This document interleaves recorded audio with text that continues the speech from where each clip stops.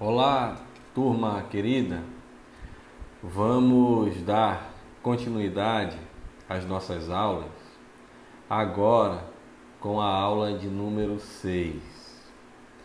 Nesta aula, vamos tratar de um artigo de autoria de um francês chamado Jacques Revel, um artigo que foi publicado na Revista Brasileira de Educação em 2010 e que recebeu como título Microhistória, Macrohistória. O que as variações de escalas ajudam a pensar no mundo globalizado. É um artigo em que nós vamos focar na questão metodológica da variação de escalas de análise. E então vamos apresentar o artigo do Jacques Revel, os principais pontos dele de uma maneira geral. Então, logo no início do artigo, Revel ele destaca algo muito importante.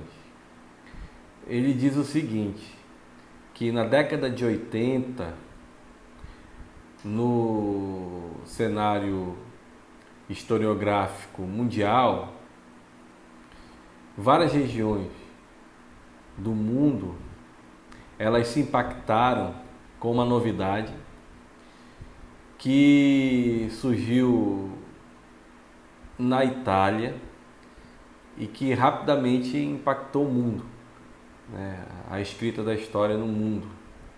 E o Brasil não esteve de fora, muito embora essa questão tenha chegado um pouco tardiamente, né? Mas veja só, estou falando da questão da microhistória. Então, na década de 80, segundo Revel, a microhistória ela causou incômodo, ela também impulsionou críticas e, de certa forma, mexeu com o campo da história muito fortemente, né? Vamos já falar mais especificamente da microhistória. Então o Revel toca nisso no primeiro momento. No segundo momento, ele fala da década de 1990 e aponta para o inverso, né?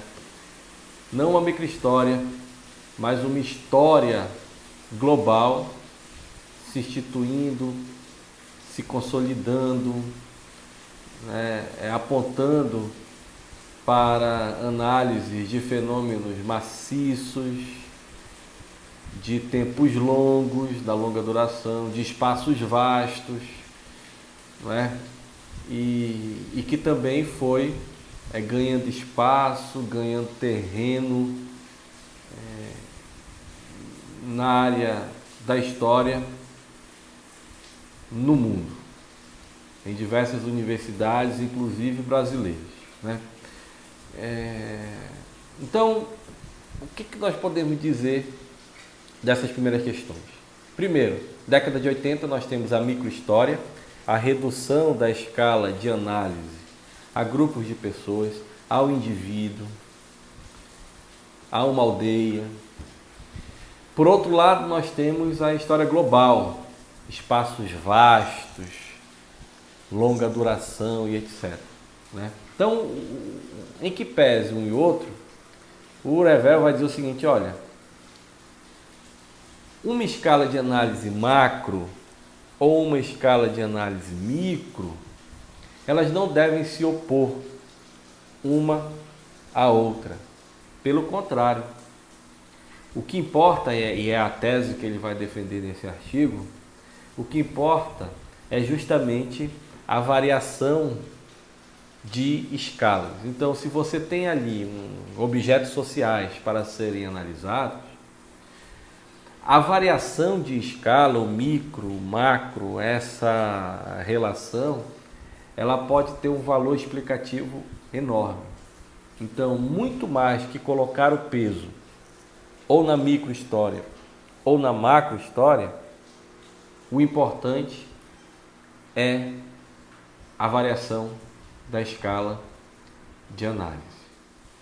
Porém, o Jacques Level, ele vai dizer o seguinte, muito antes da década de 90 e muito antes da década de 80,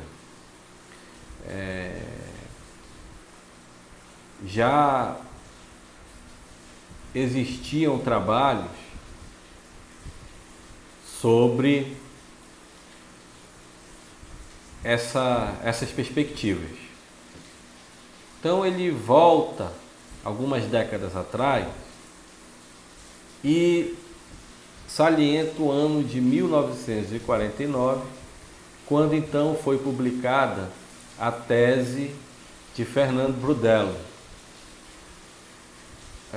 o Mediterrâneo e o mundo mediterrâneo na era de Filipe II. Nesta obra, o Fernand Braudel, ele trabalha na longa duração, ou seja, vários séculos em que ele vai tratar do Mediterrâneo. Além disso, ele vai no Mediterrâneo também apresentar o que depois ele vai escrever em artigo de uma maneira mais teórica, o tempo social, como é que ele encara o tempo social. Ele vai dizer, o Fernand Braudel, que o tempo social ele possui 1000 velocidades, 1000 lentidões, ele é variado, ele não é um tempo único que corre, né, no ritmo constante, sempre em direção, né, progressiva, não. Há 1000 velocidades, 1000 lentidões, 1000 variações. E ele vai tentar falar dessa multiplicidade do tempo, montando uma arquitetura de tempos, né? O tempo longo, que é o tempo das estruturas, a que ele atribui uma importância fundamental para a análise histórica. O tempo médio das conjunturas, né, que se assenta nas estruturas e que também dela brota, se articula e faz os movimentos, né, variados. E o tempo curto, o tempo dos eventos, sobretudo políticos, né? Então são 3 camadas de tempos que se articulam, que estão em movimento e que ele vai utilizar. Então veja, o Fernand Braudel, em sua obra O Mediterrâneo, ele trata dessa multiplicidade de tempo social, da longa duração, então quer dizer, o tempo longo para ele é a base de tudo, não é? E também de espaços. O Mediterrâneo de Braudel é um Mediterrâneo que está ali, né, na Itália e em outras regiões da Europa, mas ele chega também à África, ele chega também à Ásia. Então é um espaço construído na relação do homem, é um espaço construído pelo homem. É o homem se relacionando com esse espaço e construindo esse espaço, não é? Então, é uma tese que foi publicada em 1949. O Fernand Braudel é o expoente da segunda geração dos análises, né? E, por outro lado, ele fala de um mexicano, o Jacques Level, no seu artigo, ele fala de um mexicano, né, o Luiz González, que fez uma microhistória em 1968 de um povo, né, O título é este, Pueblo en Vilo, Microhistória de San José Gracia. Então, o González, ele reduz a escala de análise para uma comunidade mexicana, né, e procura então, através da redução dessa escala de análise, verificar, né, a trajetória daqueles que estavam presentes nessa comunidade. Então, o que o Revel está querendo dizer com isso? Que mesmo antes dos microhistoriadores italianos, Eduardo Grande, Carlo Poni, Carlo Ginzburg, Giovanni Levi, mesmo antes deles, já existia, por exemplo, um mexicano falando de microhistória. E mesmo quando em 1990 a história global ela também ganhou um certo destaque, veja que em 1949 Fernando Brudel já estava falando de um mundo mediterrâneo, né, com tempos variados, com um espaço vasto e etc. Né? Então isso é importante sublinhar, e ele faz isso no artigo dele. Mas vamos ao foco da nossa aula de hoje, né? Que é o ponto da redução e ampliação da escala de análise, mas vamos por partes, né? O Revel vai dizer o seguinte, olha, nas décadas de 1950, 1960 e 1970, as referências no campo da história, francesas principalmente, essas referências tinham a ver com as obras de Fernando Brudel e aquilo que nós já mencionamos acerca, né, da sua perspectiva, e de um outro francês chamado Ernest Labrousse. O Labrousse, ele foi o grande divulgador e defensor da história quantitativa e serial, que era uma história feita a partir de documentos históricos, ou seja, fontes históricas, fontes estas que poderiam ser colocadas em série, ou seja, fontes que estariam à disposição do historiador e que se referiam a várias décadas, a vários séculos, e que o historiador poderia então colocar essa fonte em série e a partir daí produzir uma história quantitativa, quer dizer, a partir de certos critérios, criar números e explicar a partir desses números a realidade social em que ele se debruçou, né? Ou os objetos sociais que o historiador ali tratou de analisar, não é? Então, que documentos se prestam a isso? Os registros paroquiais, por exemplo, né? Documento de nascimento, morte, casamento, divórcio, né? Também documentos ligados a movimentos de população, né? Daí você tem uma demografia histórica também. Então, quer dizer, uma história serial e quantitativa, que também buscava a longa duração, buscava, né, sempre espaços, né, significativos e, claro, a partir da série da quantificação, explicar as realidades sociais. Claro que isso não ficava restrito somente a nascimento, óbito, casamento, divórcio, mas a preços, né, a variação de preços, a quantidade de greves, de movimentos e explicar a partir disso a realidade social.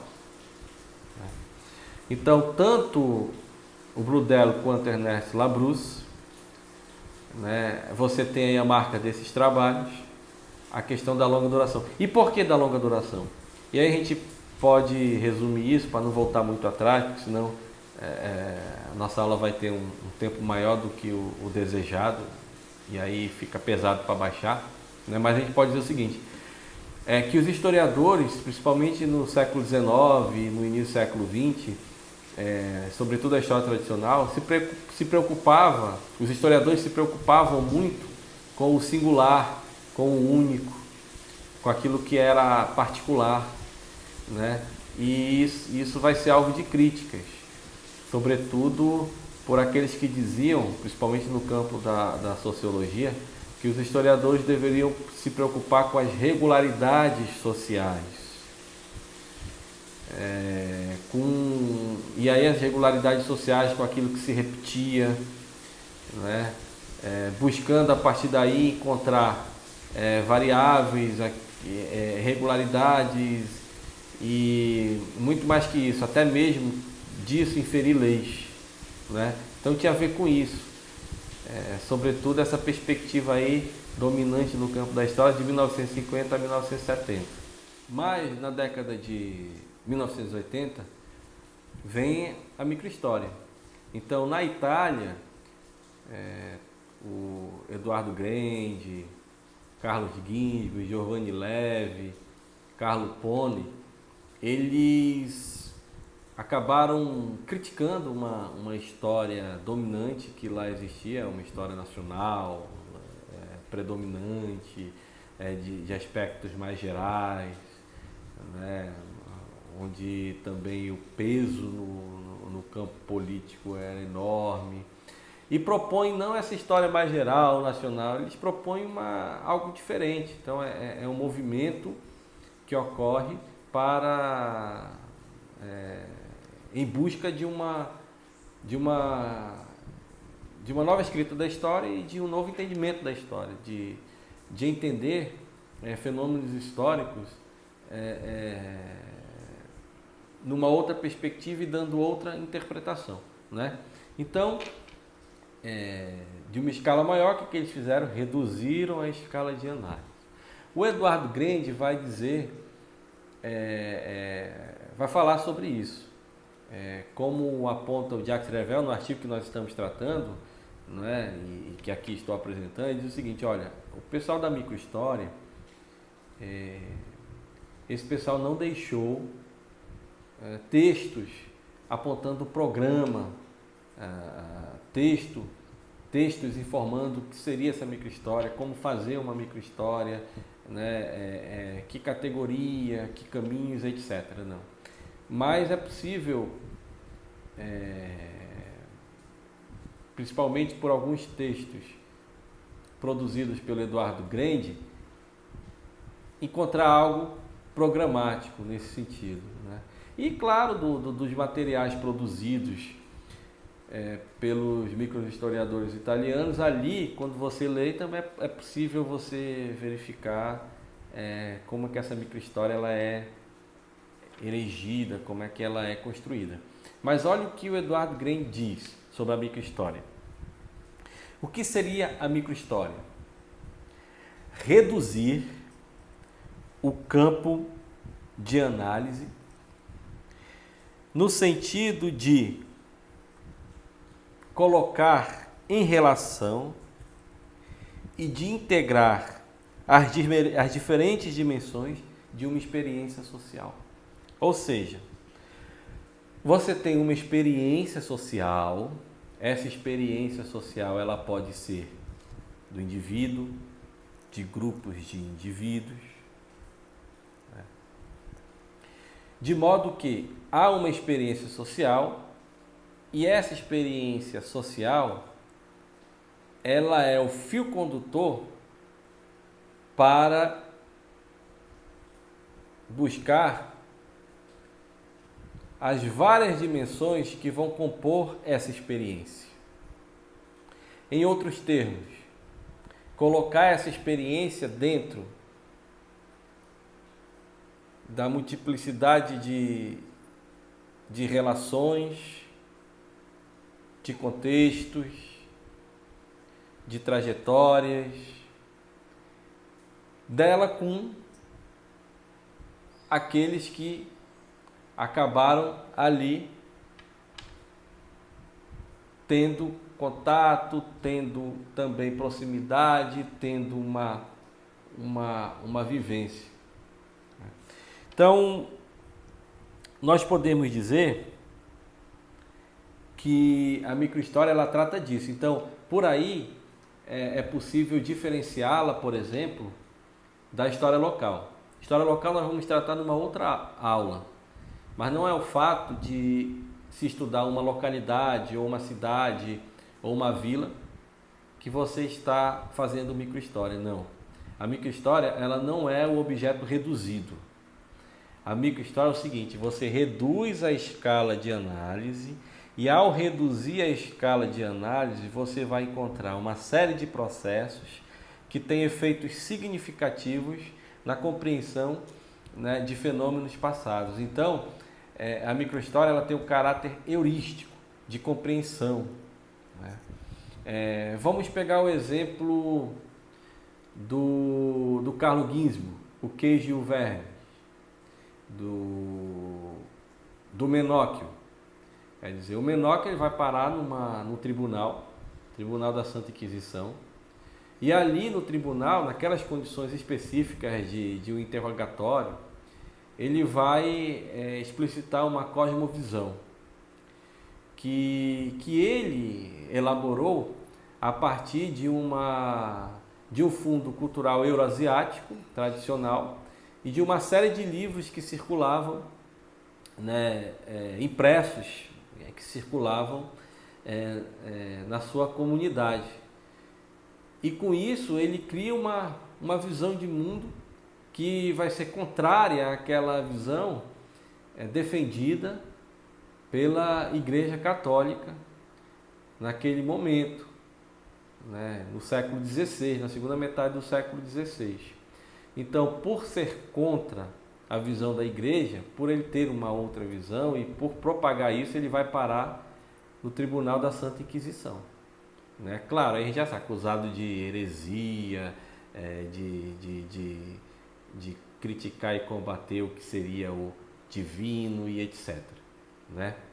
Então, o próprio Carlos Ginzburg vai dizer o seguinte, olha, isso aqui o Menóquio é um caso excepcional, mas não é a excepcionalidade do caso que também vai caracterizar a microhistória. Mas não. E não é também o caso representativo daquele momento que vai caracterizar, muito pelo contrário. Porque a microhistória é isso. O Carlos Ginzburg reduziu a escala de análise para o indivíduo, Menóquio, e acompanhou o Menóquio na sua trajetória, na comunidade, na leitura dos impressos, no contato com a igreja, na perseguição, na Inquisição. Ou seja, a microhistória é a possibilidade, com a redução da escala de análise, né, é a possibilidade de a gente verificar certas experiências e como essas experiências, elas também acabam se relacionando com outras experiências. Né? Então, quer dizer, é o Menóquio se relacionando com a igreja, se relacionando com os impressos, mas não ele. Mas é esse ambiente social que se conseguiu explorar a partir do Menóquio, que é o ambiente social da época em que outros poderiam ter percorrido o mesmo caminho. Né? Então é dessa experiência social que trata a microhistória. Né? É por isso que o Carlos Ginzburg e também o Carlo Poni, eles vão falar, né, da questão do nome, o nome como fio condutor. Né? Quer dizer, você pega uma série de documentações variadas, e aí você procura o nome da pessoa, aquele que você vai analisar. Então esse nome, durante alguns anos você persegue ele da documentação, o nome como fio condutor. E através desse nome, dessa trajetória social, você insere essa trajetória individual numa multiplicidade de tempos e de espaços. E aí você vai vendo a experiência social de uma época. Isso é microhistória, isso é muito diferente, por exemplo, de você ter um objeto reduzido. Muito pelo contrário, porque essas trajetórias sociais elas podem, né, apontar para vários caminhos, espaços e etc. Tá? Então, isso é importante destacar na microhistória. E o Grande destaca isso. Tem também uma obra que é do Giovanni Levi, A Herança Imaterial, muito boa, indico leitura, onde ali o Giovanni Levi vai desenvolver algumas noções como... e aí você está pensando em indivíduo ou grupos de indivíduos, esses indivíduos eles se situam dentro de um espaço, de um tempo, esses indivíduos fazem escolhas, né? Eles obtêm êxito, eles fracassam, então ele desenvolve noções desse tipo, né? De fracasso, de racionalidade limitada, de estratégia, né? de campos de possibilidades e etc. Então isso é um pouco o fazer microhistórico, né? Ao contrário, por exemplo, daquilo que nós mencionamos ainda há pouco, do Braudel e do Ernest Labrousse, de territórios vastos, né, de uma longa duração, né, e por aí vai, né, de documentos quantitativos em séries e por aí vai. Então, para finalizar, vamos aqui informar o que o Jacques Revel está querendo nesse artigo. Ele está querendo promover a questão do princípio da variação de escalas. Ele vai dizer o seguinte: olha, não adianta escolher um ou outro. Quando a gente diz assim escolher, não é no sentido de dizer, olha, o melhor é a redução da escala de análise, como fizeram os microhistoriadores italianos, ou o melhor é uma escala de análise mais ampla, à la Braudel, à la Labrousse, ou à la história global que hoje está sendo tão comentada, falada, não é? Não, ele vai dizer que a principal questão, e aí os efeitos que sugere em termos de conhecimento, em termos de compreensão, é o princípio de variação de escalas. E ele vai trazer uma metáfora, ele vai usar a cartografia para dizer, olha, na cartografia você tem, se você amplia o ângulo, então aquela representação cartográfica ela vai se alterando e algumas coisas menores vão sumindo, mas quando você vai diminuindo o ângulo, então outras coisas vão aparecendo, né, que não eram vistos. Então a questão é, aquilo que você quer analisar, né, a perspectiva que melhor te permita compreender é essa que é a escolha. Mas ele vai dizer o seguinte, olha, mas o princípio da variação de escala ele é muito interessante. E aí ele vai dar o exemplo do Estado moderno, que ele vai dizer o seguinte, olha, o Estado moderno ali saindo do período medieval, a constituição dos Estados modernos e tal, onde vão se constituir fronteiras, a unificação dos pesos e medidas, né, o recolhimento de impostos, um aparato e uma estrutura burocrática, onde esse Estado moderno vai enquadrar, né, com seus tentáculos, né, a sua área como se ele fosse absoluto. Então o Estado moderno, segundo Jacques Leval, se apresenta assim, e muitos historiadores, ao analisar o Estado moderno, analisam a partir dessa dimensão, né, mais geral, compreendendo as regiões. Né? Então isso aí é uma escala de análise, digamos assim, ampla, né? Mas, se nós reduzirmos a escala de análise para a periferia dessa região, então nós vamos encontrar não um estado absoluto, com uma presença unívoca, com uma firmeza naquilo que efetivamente ali diz representar. Não, vamos encontrar inúmeras negociações com grupos locais que vão sustentar esse Estado moderno, muito daquilo que ele se diz representar na redução da escala de análise, né?